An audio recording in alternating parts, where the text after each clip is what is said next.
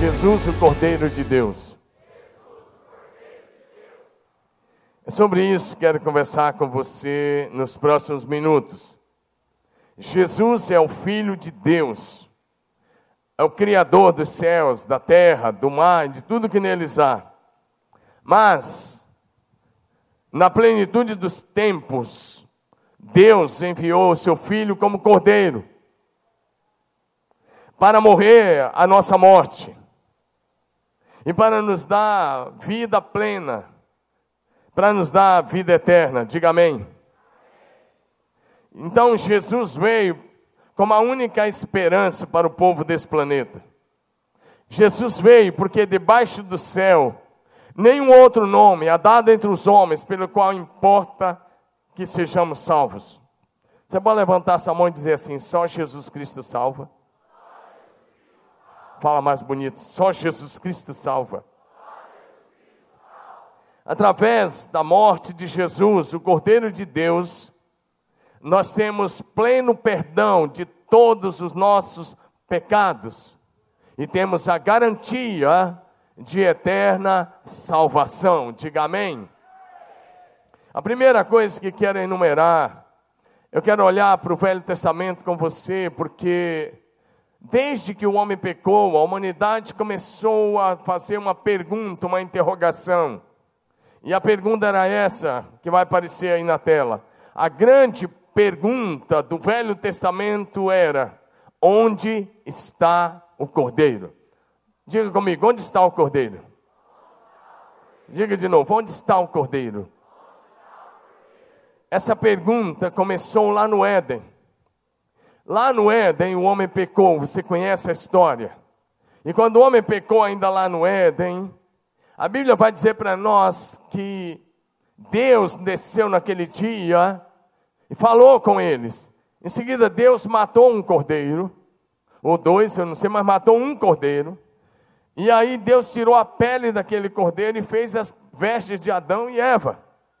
Mas em seguida Deus tomou a providência de colocar querubins com espada flamejante nas suas mãos.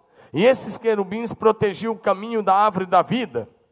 E Deus tomou a providência de expulsar o homem do jardim. Mas isso era o amor de Deus. Para que Deus expulsou? A palavra expulsou por amor, sim.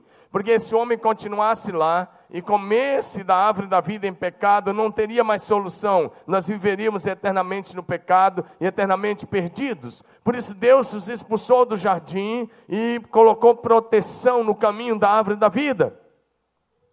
E desde que o homem foi expulso, essa pergunta começou a acontecer na vida de cada pessoa que tinha uma noção sobre Deus. Onde está a solução? Onde está o Cordeiro? Mas essa pergunta foi verbalizada e registrada na Bíblia em Gênesis 22, verso 7. Quando Deus pediu que Abraão oferecesse a ele o seu filho Isaque. Eles caminharam 3 dias até o monte de Deus, Monte Moriá. E quando Abraão deixou os homens para trás com os animais e colocou a lenha sobre os ombros de Isaque, e Abraão ia com o cutelo na mão e o fogo, o Isaque fez essa pergunta. Isaque disse a seu pai Abraão: meu pai. Sim, meu filho, respondeu Abraão. Isaque perguntou: as brasas, ou seja, o fogo e a lenha estão aqui, mas onde está o cordeiro?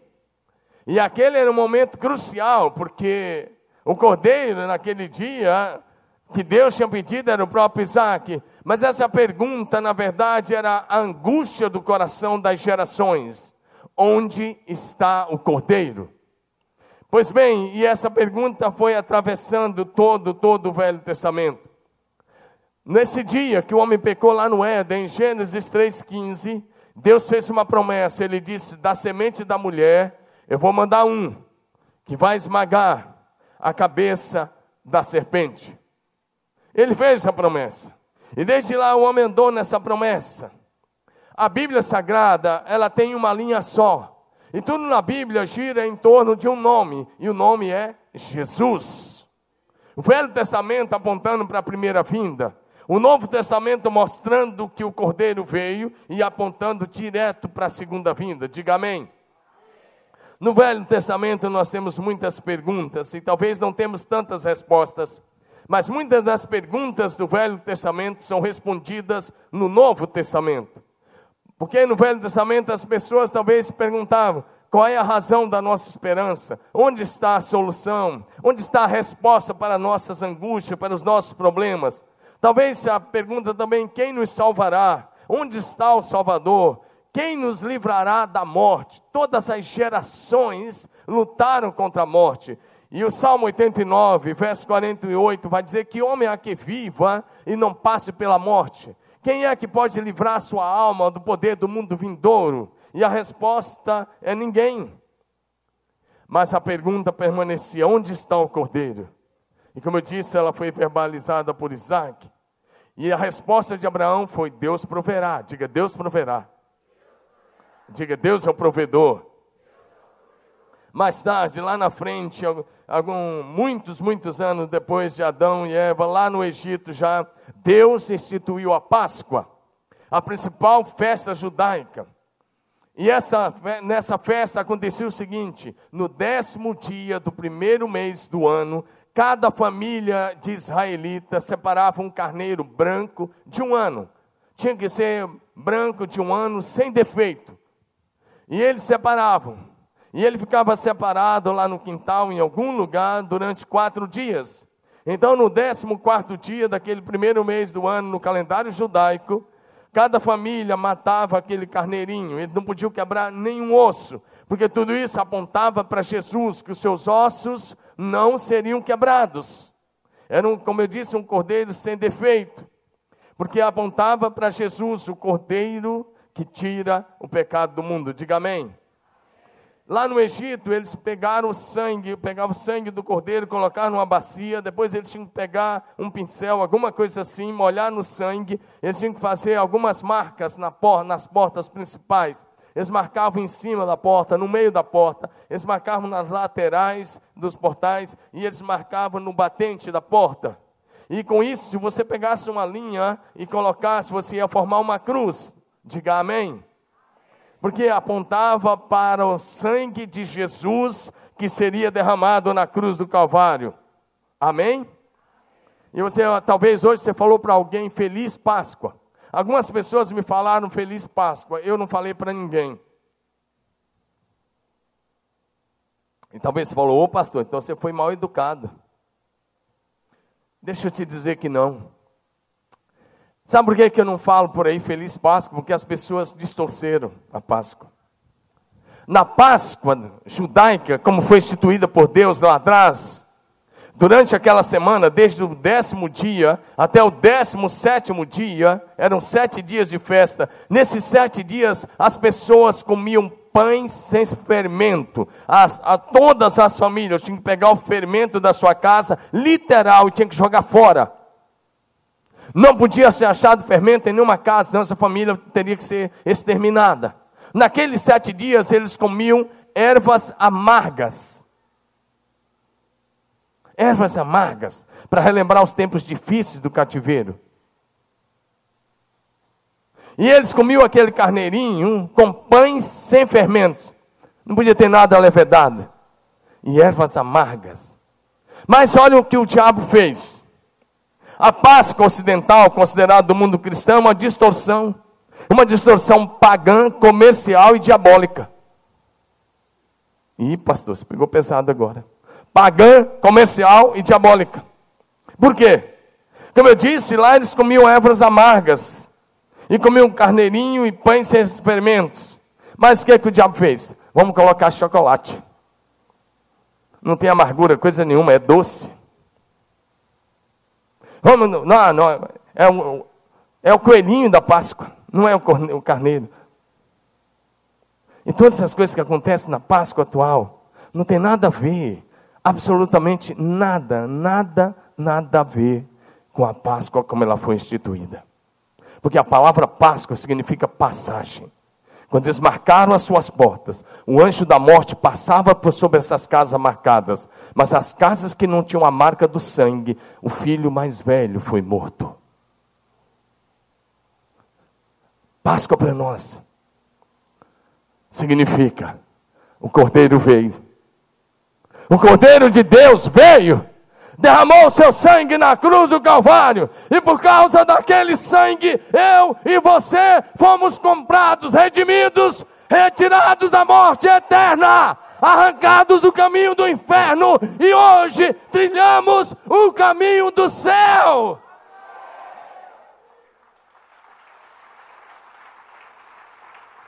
Você está fazendo para Jesus, aplaude a Ele, que te arrancou da morte para a vida. Se você falar Feliz Páscoa por causa de uma ceia apenas e de chocolates, você não entendeu nada, isso é paganismo puro. Mas se você falar Feliz Páscoa porque o Cordeiro de Deus reina na sua casa, aí você entendeu. Amém, amados? Mas só que isso não é minha mensagem hoje, só foi uma observação.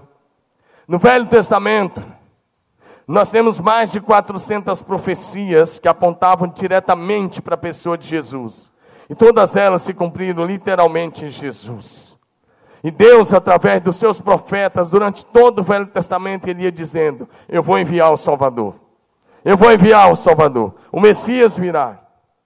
Deixa eu dizer uma coisa muito interessante.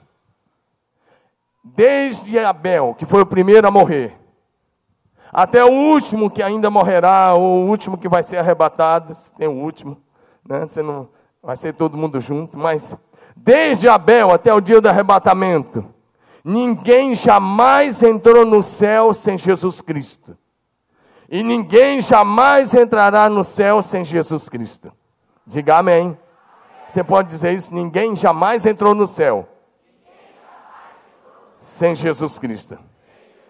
E ninguém jamais entrará no céu sem Jesus Cristo. Você fala: mas pastor, como é que entrou? Lá, Abel morreu lá ainda, lá no comecinho, assassinado pelo seu irmão Caim, e ele entrou no céu por Jesus Cristo. Desde lá, sim. Sim, ninguém jamais entrou no céu sem Jesus. Então presta atenção, desde Abel que foi o primeiro, eles tinham que olhar para frente. Diga: olhar para frente. Bom, eu estou diante de vocês, deixa eu fazer assim, diga: olhar para frente. Eles tinham que olhar para frente e eles criam na promessa de Deus que dizia: o Salvador virá. Hebreus 11 diz que eles não viram o cumprimento da promessa, mas eles saudaram a promessa de longe. E eles foram salvos pela fé na promessa do Salvador que havia de vir ao mundo. Ou seja, foram salvos por Jesus. Diga amém. Por isso que lá em 2 Pedro tem um texto que alguns ficam com nó na garganta, eu não fico. Que Jesus desceu lá e se apresentou vivo. Lá no inferno. Jesus foi lá. Amém? Quando ele morreu, uma das coisas que ele fez, ele desceu lá. Sabe por quê? Porque os que foram salvos foram aqueles que creram que ele viria. Mas a geração de Noé, a geração antediluviana, não, ele não vai mandar o Salvador. E ele foi lá e disse: estou aqui vivo. Eu fico pensando, foi nessa hora que ele olhou para o diabão e falou: me dá aqui a chave. E arrancou a chave da mão dele. Diga amém. Diga aleluia. Presta atenção nisso. Ele foi lá e se apresentou vivo para dizer: Deus, o Pai, cumpriu a promessa. O Salvador veio. Ninguém jamais entrou no céu sem Jesus. E se você não é surdo mudo, vai ter que confessar a sua fé publicamente. Diga publicamente. Você está com vergonha até de falar aqui, porque você, como é que você quer ir para o céu? Romanos 10, 9 e 10 diz assim: sempre que aparece o "se" na Bíblia é condicional, olha para frente, lê comigo, vamos lá. Se você confessar com a sua boca que Jesus é Senhor e crer em seu coração que Deus o ressuscitou dentre os mortos, será? Se confessar que Jesus é Senhor e crer que Ele ressuscitou dentre os mortos, você será salvo. Próximo versículo: pois com a boca, com o coração se crê para a justificação, e com a boca se confessa para a salvação. O nosso Ministério de Estudos estava no culto das 5. Então aqui, nesse momento, eu estou acreditando que todo mundo é ouvinte, né? Se você é ouvinte, você tem que declarar: Jesus é Senhor. Levante sua mão e diga: Jesus é o Senhor. Diga: Jesus é Senhor da minha vida. Jesus é Senhor da minha casa. Jesus é Senhor da minha vida. Jesus é Senhor da minha família. Jesus é o Senhor dessa cidade. Jesus é o Senhor dessa nação. Jesus é o Senhor da história. Jesus é o Senhor da igreja. Jesus é o Senhor dos senhores. É o Rei dos reis. Diga aleluia.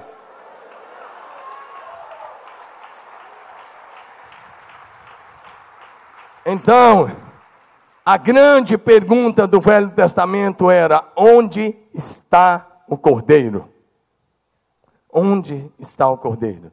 A grande resposta, segundo ponto, a grande resposta do Novo Testamento. O Novo Testamento responde à pergunta: onde está o Cordeiro? A grande resposta do Novo Testamento é essa. Leia comigo, vamos lá. Eis o Cordeiro de Deus. Diga de novo. Então a grande pergunta era: onde está o Cordeiro? E agora João Batista diz: eis o Cordeiro de Deus. Você está entendendo? Abra sua mente para receber a revelação da palavra nessa noite, amém? João 1, verso 29. João não conhecia Jesus. Jesus tinha crescido fisicamente lá na Galileia e João lá na Judeia, nas montanhas da Judeia. Mas quando João Batista vê Jesus vindo para o batismo, ele apontou o dedão assim. Aponta o dedo. Não é para mim não, aponta aí. Aponta aí. Aponta para frente o dedo. Fala assim: eis o Cordeiro de Deus. Então João Batista fez isso diante da multidão. Jesus está vindo e ele recebe a revelação do Espírito Santo na hora, dizendo: é ele. E João não tem dúvida: eis o Cordeiro de Deus que tira o pecado do mundo. Eis o Cordeiro que tira o pecado do mundo. Essa é a resposta à pergunta: onde está o Cordeiro? Amém? Jesus é o Cordeiro de Deus que tira o pecado do mundo. Porém, como Cordeiro, ele precisava morrer. E ele morreu na cruz em nosso lugar. Diga amém. Isaías 53, 7. Isaías foi um profeta messiânico. E o capítulo 53 todo, Isaías, tem vários capítulos que são sobre Jesus, mas um deles é o capítulo 53. E no verso 7, o capítulo 53 todo está falando da morte de Jesus. Mas no verso 7 ele diz como Jesus ia morrer. Sem reclamar, sem murmurar, sem abrir a boca. Ele foi oprimido e afligido, humilhado, contudo não abriu a sua boca. Como um cordeiro foi levado para o matadouro, e como uma ovelha diante dos seus tosqueadores fica calada, ele não abriu a sua boca. Você sabia que, eu não sei, é claro que eu não sei, se cortar a lã da ovelha dói. Eu não sei se dói, se não dói. Eu sei que, não sei se você já viu algum vídeo que aquelas ovelhas que tem bastante lã, aquelas bem assim das regiões frias, que tem muita lã, uma vez por ano os pastores, aquelas pessoas levam elas para o aprisco e tem que derrubar a bichinha, passar uma maquininha tipo essa de cortar cabelo, né? E vai e deixa, tira tudo, fica bem baixinho ali o pelo da ovelha. Mas sabia que a ovelha não berra? Ela não reclama. Por isso o texto diz: como uma ovelha muda. E o texto diz: como um cordeiro, ele foi levado ao matadouro. Diga amém. Por isso que nos próximos 50 dias nessa campanha, você vai aguentar sem abrir a sua boca para reclamar, para murmurar. Você vai fazer essa campanha falando só o que é bom, o que edifica, o que constrói e o que abençoa. Diga amém.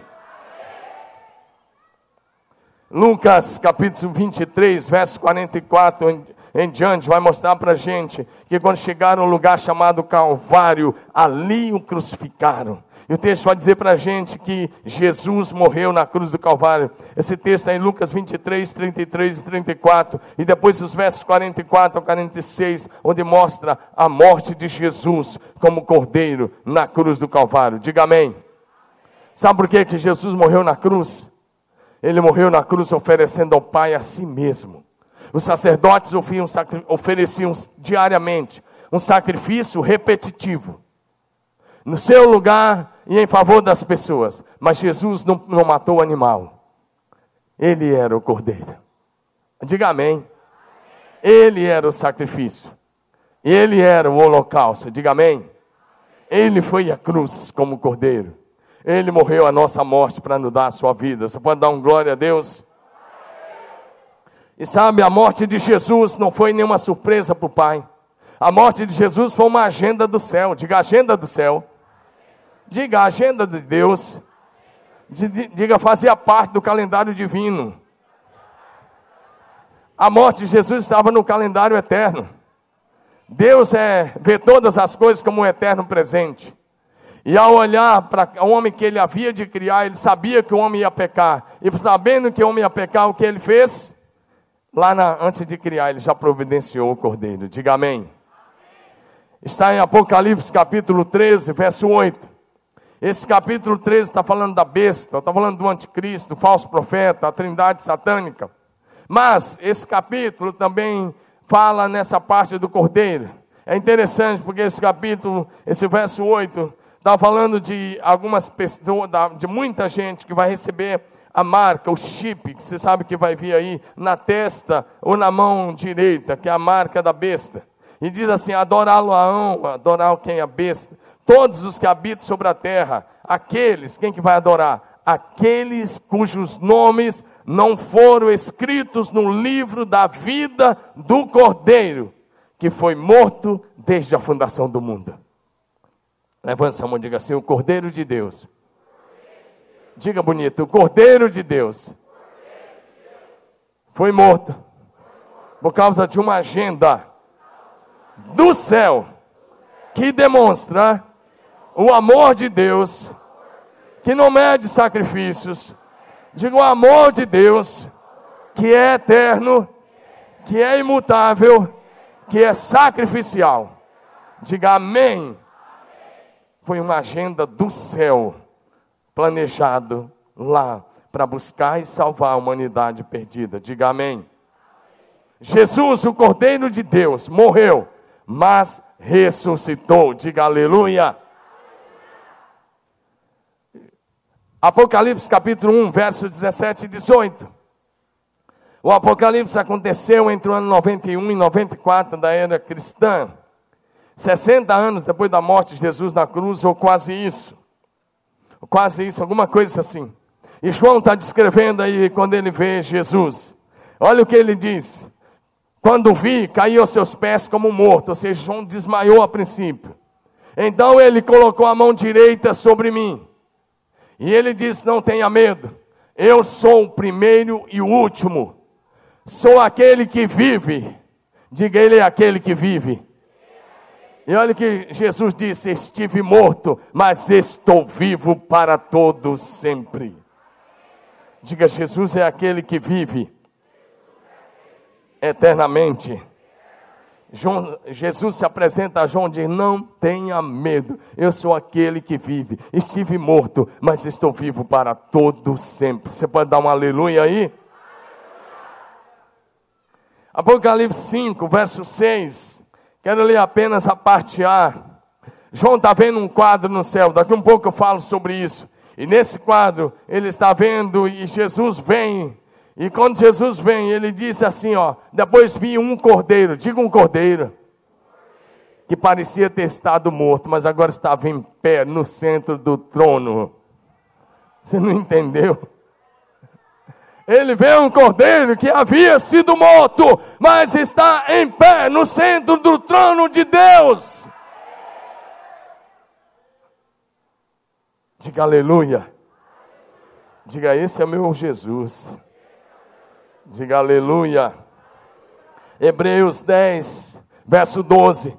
Ele vai dizer que Jesus, depois de oferecer a si mesmo, mas quando este sacerdote acabou de oferecer para sempre um único sacrifício pelos pecados, assentou-se à direita de Deus. Diga, Jesus está à direita de Deus.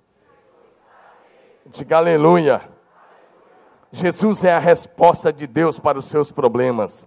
Jesus é a solução de Deus para a sua alma. Jesus é a solução de Deus para a tua libertação e para a tua salvação eterna. Diga amém.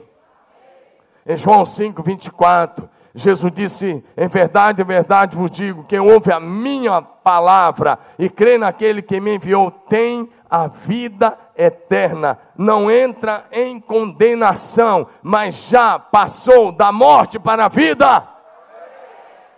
Levanta essa mão e diga: por causa da morte. Diga bonito: por causa da morte do Cordeiro de Deus na cruz do Calvário. Diga: eu fui resgatado, redimido, salvo. Diga: eu fui arrancado das trevas para a luz, da morte para a vida. Diga: isso é só o começo, porque o melhor ainda está para acontecer. Aleluia!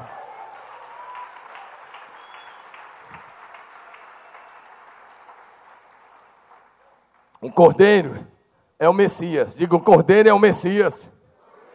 Você pode dizer isso? O Cordeiro é o Messias. João 4, 25, 26 tem uma revelação do próprio Jesus. Ele estava em João 4, você sabe que Jesus estava conversando com uma mulher samaritana junto a um poço que Jacó havia escavado há tantos anos atrás. E ele está ali conversando com ela enquanto os discípulos iam comprar comida. E aí, a determinada altura da conversa, a mulher samaritana disse, olha o que ela diz: eu sei que o Messias chamado Cristo está para vir. Quando ele vier, explicará tudo para nós. Ela está dizendo, eu sei, porque os samaritanos, eles eram uma raça meio misturada, era uma raça miscigenizada, e ela está dizendo, nós também esperamos o Salvador, e eu sei que ele vai vir, quando ele vier, ele vai nos ensinar todas as coisas. Olha para frente, olha o que Jesus disse para essa mulher. Sabia que essa foi a única vez que Jesus disse assim, eu sou o Messias? Você pode ler comigo? Então Jesus declarou, lê comigo bem bonito, eu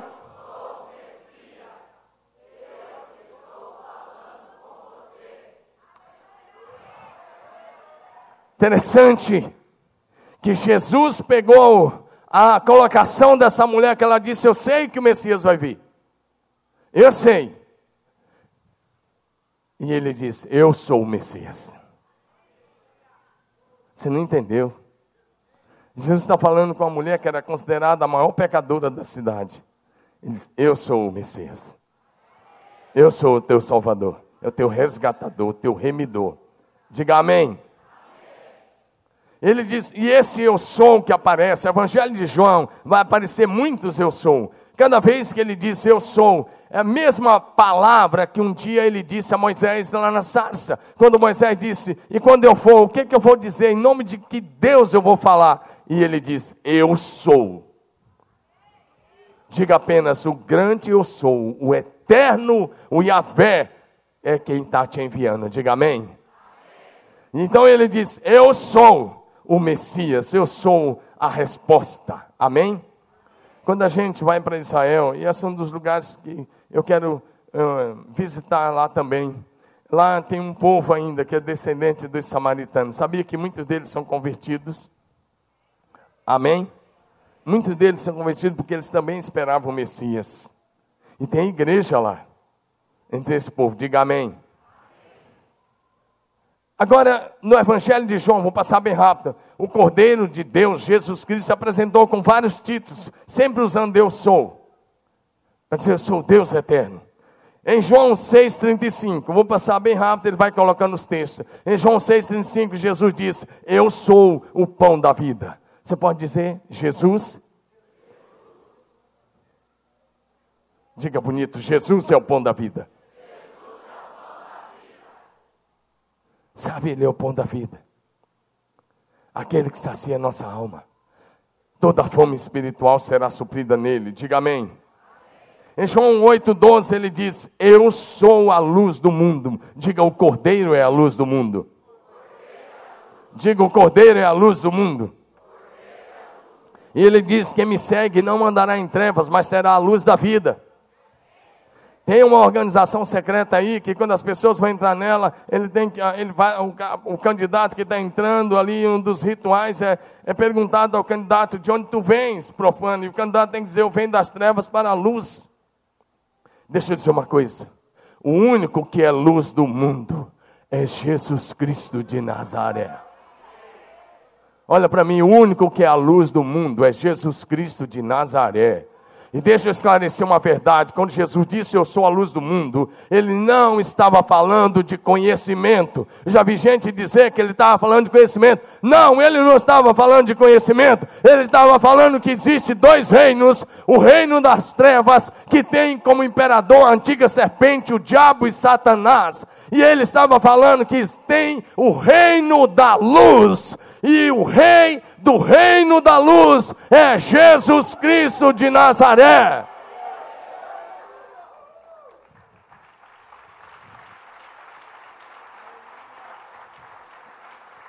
Colossenses 1,13 diz que o Pai nos arrancou do império das trevas e nos transportou para o reino do seu Filho amado.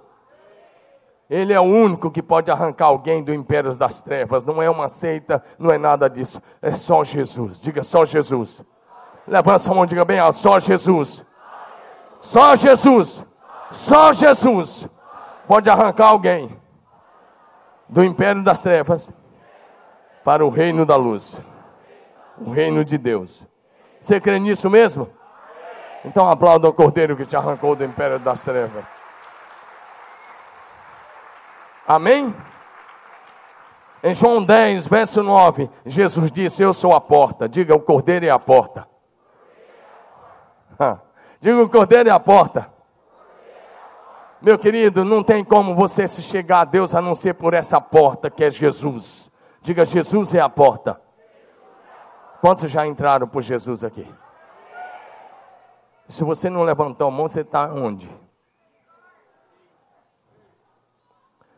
Em Mateus 7, 13 e 14, Jesus disse: entrai pela porta estreita, porque larga é a porta, espaçoso o caminho que conduz para a perdição, e são muitos os que entram por ela. Estreita é a porta, é apertado o caminho que conduz à vida, e poucos são que entram por ela. Poucos são que encontram. Diga: Jesus é a porta. Porta de quê? Porta para a salvação, porta para o Pai, a porta para o céu. Ninguém entrou no céu sem Jesus, ninguém entrará no céu sem Jesus. Não vem com essa teologia furada, que se você nasceu numa raça especial, como judeu, você vai ter uma segunda chance. Nós amamos o povo judeu e nós oramos por ele, como oramos pelos outros povos. Mas qualquer judeu, para ser salvo, vai ter que se render a Jesus Cristo de Nazaré. Então para com essa teologia furada. Não, é que eles vão ter uma segunda chance. Não, não tem segunda chance, coisíssima nenhuma. Quem tem Jesus tem a vida. Quem não tem Jesus não tem a vida.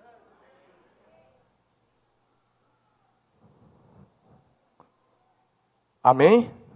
Diga: Jesus é a porta. No decorrer dos anos, a própria igreja que se desviou do caminho, que se tornou idólatra, arrumou uma série de portas, uma série de medianeiros, mediadores. Agora a Bíblia chama isso de idolatria. A Bíblia chama isso de prostituição espiritual, de adultério espiritual. Deixa eu dizer uma coisa: sabe o que está por trás da idolatria? Um demônio. Por trás de cada ídolo tem um demônio que cega as pessoas, que vai tornando as pessoas cegas, surdas e mudas espiritualmente. Não sou eu que estou dizendo isso, é a Bíblia que se carrega.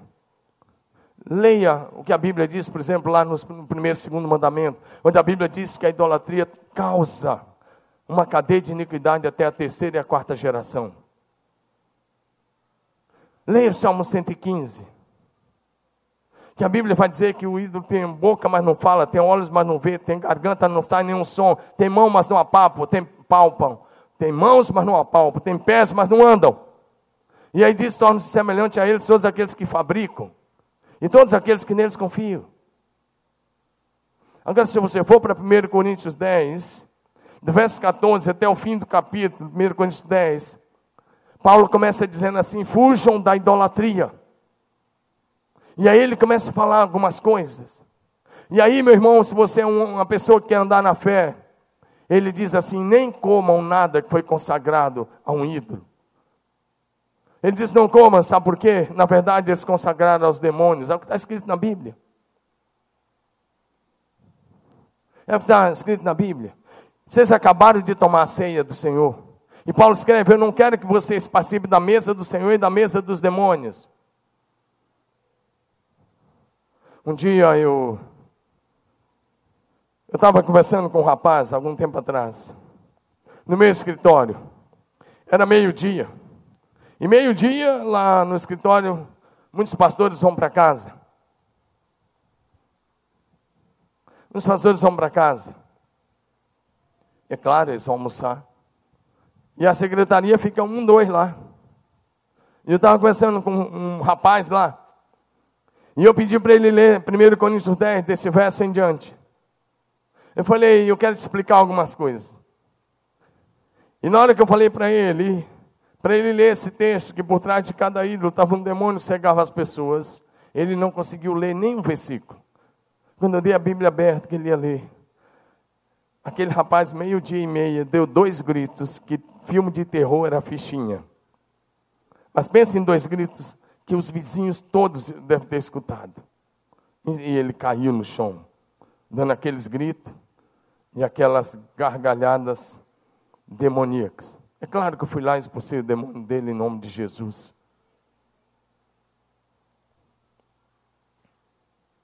Mas um dia eu fui convidado para um casamento. Eu e a Rosângela. E nós fomos num casamento de uma família de amigos nossos.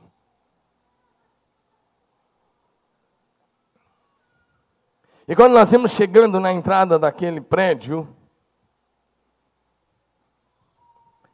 em cima daquele prédio tinha um desses ídolos. E quando nós íamos chegando naquele prédio, eu estava olhando para aquela imagem. E de repente o demônio que estava atrás dela, com aquele mesmo formato, ele desceu rapidamente. E ele desceu e se posicionou na minha frente. Ele desceu e ele rodava como um redemoinho, na velocidade do vento do redemoinho. E muito rápido, mas muito rápido. Não é quando eu quero, mas muitas vezes Deus tem me dado visão aberta. E aquele era um dos momentos de visão aberta. E Deus, aquele demônio que na verdade era um principado, ele estava ali, ele veio na minha frente dizendo: aqui não é seu lugar. Aqui é o meu território. Eu só estendi a mão e falei: sai em nome de Jesus. Entrei, assisti o casamento e fui embora. Eu só estou te dizendo que o que a Bíblia diz é a verdade. E eu estou aqui para te falar a verdade. Você pode falar: pastor, eu não adoro, eu só venero. Não quer dizer nada, é do mesmo jeito, você está se tornando cego, surdo e mudo. E Jesus veio para te libertar. Conhecereis a verdade, e a verdade vos libertará. Se pois o Filho vos libertar, verdadeiramente sereis livres. E essa mensagem é porque eu te amo o suficiente para te falar a verdade. Você não precisa de nenhum outro nome. Pedro não salva, Maria não salva, João não salva, José não salva, ninguém salva. Só Jesus Cristo salva. Só Jesus Cristo salva. Só Jesus Cristo salva. Só Jesus Cristo salva. Só Jesus Cristo salva. É o Cordeiro que é a porta para a salvação. Em João 10, 11, Jesus disse: eu sou o bom pastor. Diga: o Cordeiro é o bom pastor. Amém? E ele diz: o bom pastor dá sua vida pelas ovelhas. Em João 11, 25, o Cordeiro diz: eu sou a ressurreição e a vida. Diga: o Cordeiro é a ressurreição e a vida. Não tenha medo, diga: Jesus é a ressurreição e a vida.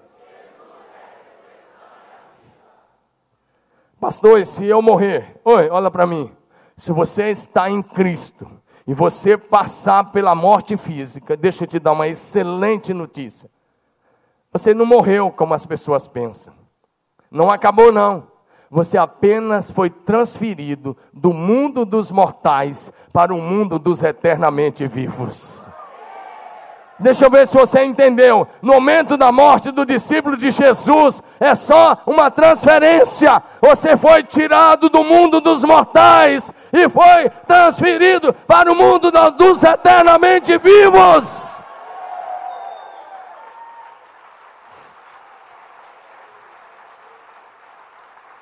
Porque o Cordeiro é a ressurreição e a vida. E quem vive e crê nele, ainda que morra, viverá. Diga amém. E aí o Cordeiro, diga o Cordeiro, é o caminho, a verdade e a vida. Diga, ele é o caminho, a verdade e a vida. Diga, ninguém vai ao Pai sem Jesus. Diga, o Cordeiro é a videira verdadeira. Diga aleluia. Terceiro lugar, deixa eu passar bem rápido, a gente orar daqui um pouco. A grande pergunta do Velho Testamento era: onde está o Cordeiro? A grande resposta do Novo Testamento é: eis o Cordeiro de Deus que tira o pecado do mundo. Agora diga comigo, a grande revelação do Apocalipse. Não, fala bonito, vocês têm que vibrar com isso, porque quando o céu recebeu essa palavra, houve uma explosão no céu. Tem que ter aqui na terra, diga amém ou não? Diga, a grande revelação do Apocalipse. Diga, digno é o Cordeiro. Digno é o Cordeiro. Digno é o Cordeiro. A grande pergunta era: onde está o Cordeiro? A grande resposta do Novo Testamento é: eis o Cordeiro de Deus. E a grande revelação do Apocalipse é: digno é o Cordeiro. Dá um aleluia aí, meu irmão. No Evangelho, lá em Apocalipse 5, livro do Apocalipse, capítulo 5, tem um quadro muito interessante, que eu gosto muito desse quadro. No começo ele parece triste, mas depois se torna lindo e maravilhoso. Não bota o verso 9 ainda não, pode colocar do começo aí um pouquinho. Porque nesse quadro o Pai está sentado no trono com um livro na mão. E aí é o livro da história da humanidade, o livro da vida. E o Pai está lá. E um anjo forte brada para que os céus e a terra e os que estão embaixo da terra ouvissem. E o que o anjo bradou foi o seguinte: quem é digno? Quem é digno de abrir o livro, de pegar o livro da mão do Pai? Quem é digno de pegar o livro e abrir os seus selos? E João começa a chorar.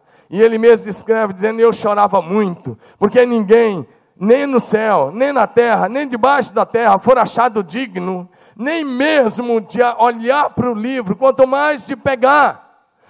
Nem no céu, nem na terra, debaixo da terra, ninguém era digno nem de olhar para aquele livro. E enquanto ele está chorando, no céu tem 24 anciãos.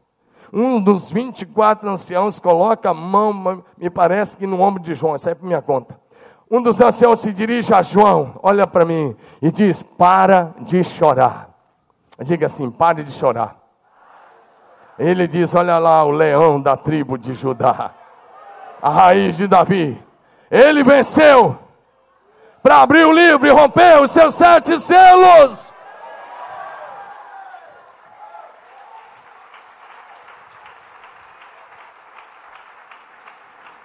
E aí no verso 6, João disse: eu olhei e vi um cordeiro que parecia ter estado morto, mas agora estava em pé diante do céu. E o cordeiro vem altaneiramente e se dirige ao Pai e pega o livro da mão direita do Pai.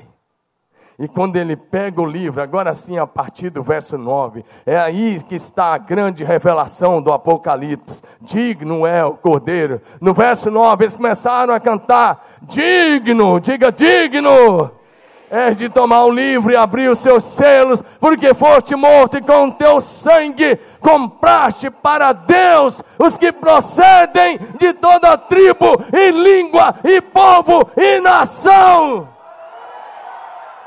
E para o nosso Deus os constituíste reino e sacerdotes, e eles reinarão sobre a terra. Verso 11, presta atenção no que João vê. Eu olhei e ouvi a voz de muitos anjos, diga milhares de milhares.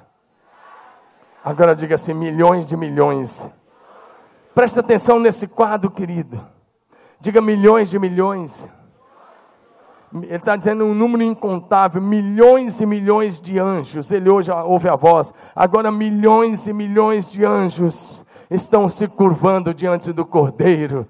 E eles estão dizendo algo muito interessante. Eles começam a cantar junto com os anciãos e os 4 seres viventes. Diga comigo. Digno é o Cordeiro. Pode dizer isso? Digno é o Cordeiro de receber o poder e riqueza e sabedoria e força e honra e glória e louvor. Mas não para aí. Olha o verso 13. Olha o verso 13. Agora não são só os milhões e milhões de anjos. Agora o louvor explode por toda a terra. Isso inclui a mim e a você. Não entendeu? Você não entendeu? Inclui a mim e a você. Inclui a mim e a você. Depois disso, olha como é que inclui você. Você é uma das criaturas que está no céu? Que está na terra? Desculpe, você? É ou não é? Olha aí. Depois disso, ouvir a todas as criaturas existentes no céu, na terra. Você está onde? Você está onde? Então inclui você agora. Amém? Vi todas as criaturas existentes no céu, na terra, debaixo da terra e no mar. E tudo que neles há, começa a dizer comigo. Aquele que está assentado no trono e ao Cordeiro, seja o louvor e a honra e a glória e o poder para todo o sempre. Amém.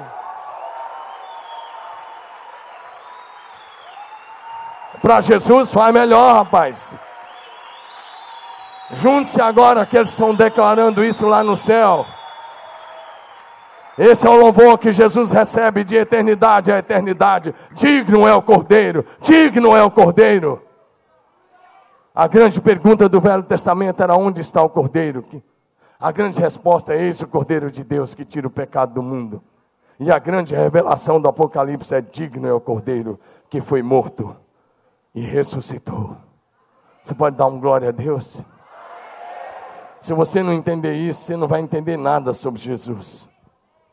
Porque o Cordeiro é o alfa e ômega, é o princípio e o fim. Amém, amados?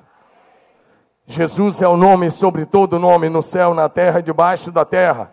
Filipenses 2, de 9 a 11, diz: pelo que também Deus o exaltou sobremaneira, Ele deu um nome que está acima de todo nome, para que ao nome de Jesus se dobre todos os joelhos, no céu, na terra e debaixo da terra, e toda língua confesse que Jesus Cristo é o Senhor, para a glória de Deus Pai. Diga amém. Diga: Jesus é o Cordeiro de Deus. Diga: Jesus, o Cordeiro de Deus, é Senhor dos senhores, Rei dos reis, vencedor. Diga: e eu também. Nele sou mais que vencedor.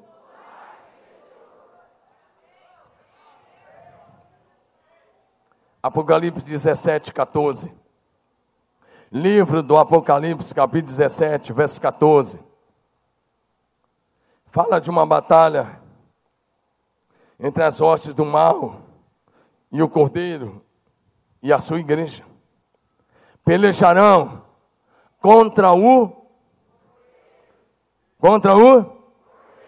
guerrearão contra o Cordeiro, mas o Cordeiro os vencerá, porque é Senhor dos senhores e Rei dos reis. Mas a vitória dele não é sozinha, Ele estendeu para você. Vencerão com Ele os seus chamados, escolhidos e fiéis. Quantos chamados, escolhidos e fiéis temos aqui hoje à noite? Se você permanecer no Cordeiro, você já será mais do que vencedor. Diga aleluia. Amém?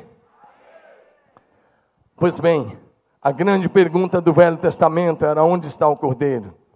A grande resposta do Novo Testamento é: eis o Cordeiro de Deus. A grande revelação do Apocalipse é: digno é o Cordeiro. E por último, a grande esperança do cristianismo: o Cordeiro voltará. Diga, o Cordeiro voltará. Diga, Jesus Cristo voltará. Essa é a última coisa que eu quero enumerar com vocês. Diga, Jesus Cristo voltará. Amém? Vamos começar com Apocalipse 1, verso 7.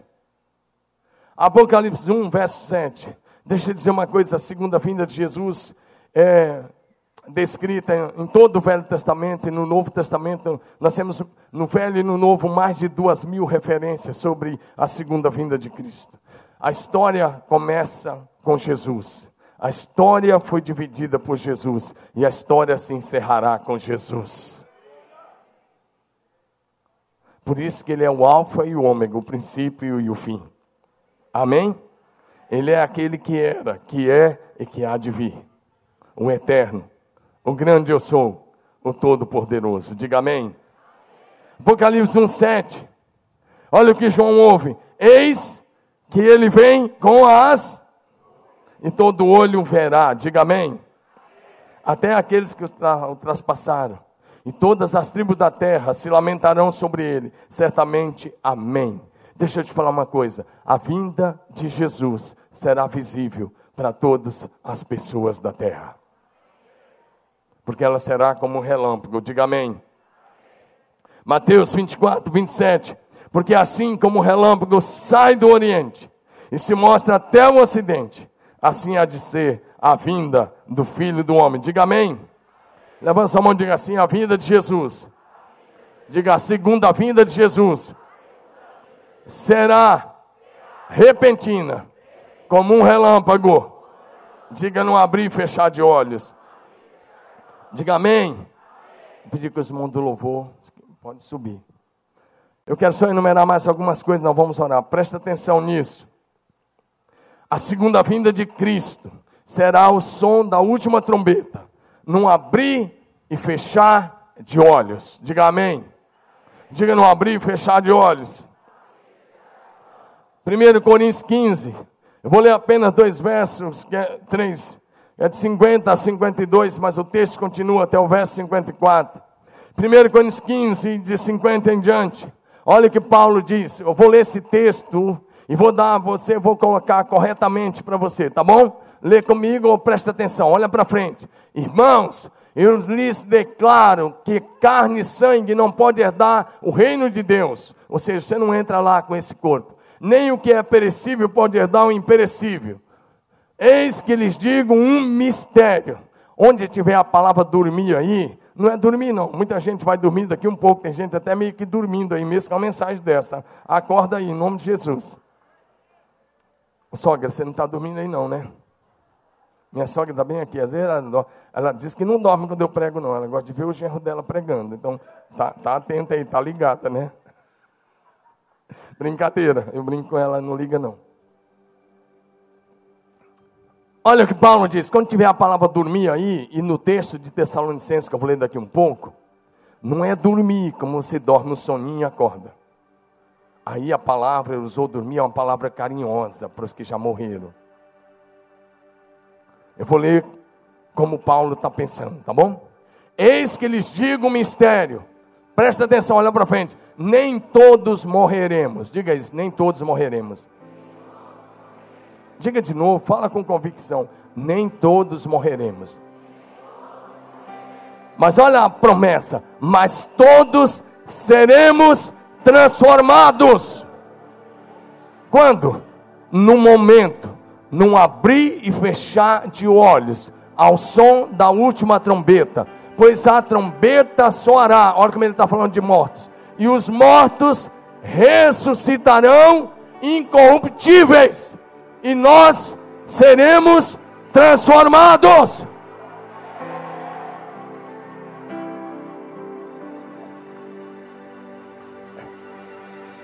Olha para o seu corpo agora. Não olhe para mim, olha para o seu corpo. Fala com o seu corpo agora. Fala assim, você está com os dias contados. Diga você. Diga, eu sou muito grato. Mas você é só uma barraca temporária. Diga, eu tenho um edifício. Diga, logo, logo Coloca a mão assim, logo, logo, essa barraca temporária será transformada num edifício eterno, não feito por mãos, eterno nos céus. Diga logo, logo, ao soar da última trombeta, na segunda vinda de Cristo. Presta atenção agora, eu terminei, olha para mim. Então, se você está triste com o teu corpo, eu tenho uma ótima notícia. Logo, logo, esse corpo físico mortal será revestido do imortal. Logo, logo, esse corpo que adoece, que é corruptível, se você está em Cristo, será transformado num corpo imortal, incorruptível, como o corpo que Jesus levantou dentre os mortos. Logo, logo, o que é mortal se revestirá da imortalidade, e o que é corruptível se revestirá da incorruptibilidade. E quando isso acontecer, cumprir-se-á a palavra que está escrita: tragada foi a morte pela vitória. Você pode dar um glória a Deus aí, meu irmão? Eu estou falando do teu futuro. Você não vibra com Jesus? Essa é a promessa. Não precisa você ficar se enchendo de plástica não, porque Jesus não vai fazer uma plástica, Ele vai fazer uma transformação geral, completa, definitiva. Você será eternamente jovem. Amém. Diga aleluia, aleluia.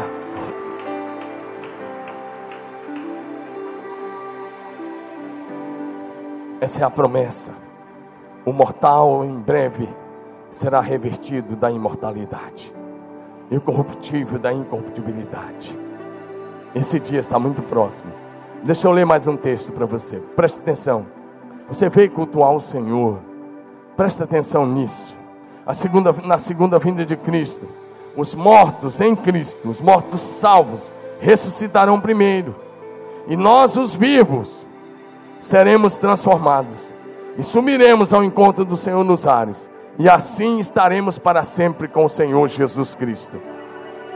Deixa eu ler esse texto para você. E mais uma vez,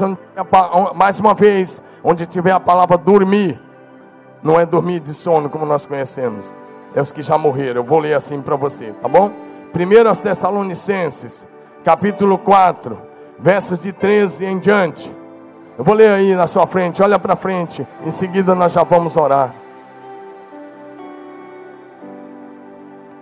Olha o que Paulo escreve para a igreja de Tessalônica.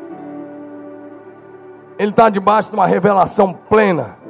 E olha o que Paulo disse: irmãos, não queremos que vocês sejam ignorantes. Não está falando de ignorância de não saber ler, é de não saber o que acontece depois da morte. Irmãos, não queremos que vocês sejam ignorantes quanto aos que já morreram, para que não se entristeça como os outros que não têm esperança. Se cremos que Jesus morreu e ressuscitou, cremos também que Deus trará. Por que Deus trará? Porque já está com Deus. Aqueles que morreram em Cristo não estão na sepultura. Na sepultura está só o corpo. Eles já estão com Deus. Amém? Por isso que Paulo diz: não seja ignorante como os que não têm esperança. Se cremos que Jesus morreu e ressurgiu, cremos que Deus, o Pai, trará mediante Jesus com Ele aqueles que já morreram.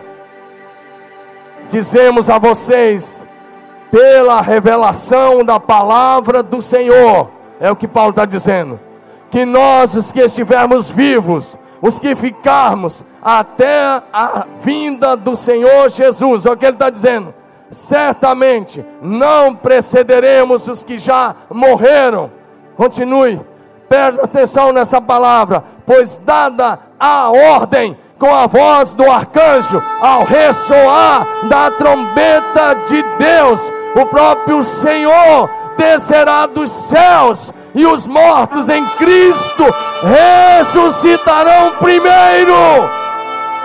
Depois nós, os que estivermos vivos, seremos arrebatados, e com eles entre as nuvens, ao encontro do Senhor nos ares, e assim estaremos para sempre com o Senhor.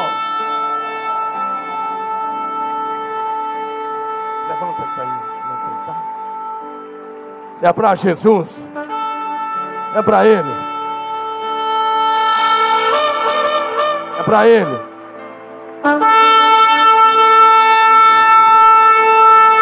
É para Jesus.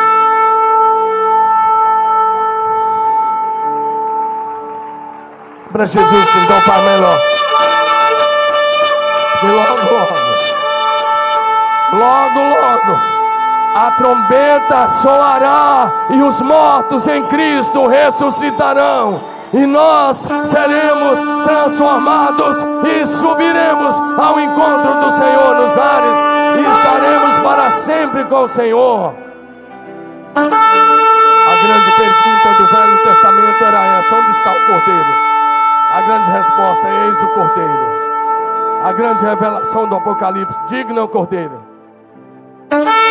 A grande esperança do cristianismo: o Cordeiro em breve voltará. O Cordeiro em breve voltará. Dá mais um aplauso a ele.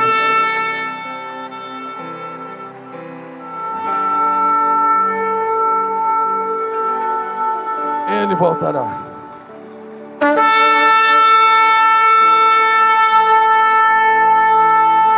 Só no Apocalipse 22 nós encontramos 4 vezes: eis que cedo vem, eis que vem sem demora. O Espírito e a noiva dizem: vem. Quem tem sede, diga: vem. Quem quiser, receba de graça da água da vida. Aquele que dá testemunho dessas coisas diz: certamente cedo vem. O Cordeiro venceu, ressurgiu. E em breve ele voltará. Você quer estar pronto para ouvir o som da última trombeta? Corre na frente, vai nova a sua fé.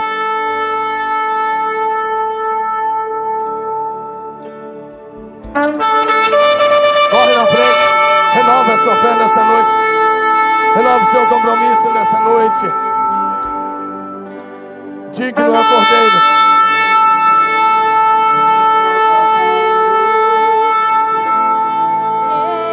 Você pode responder ao Cordeiro. Vem à frente.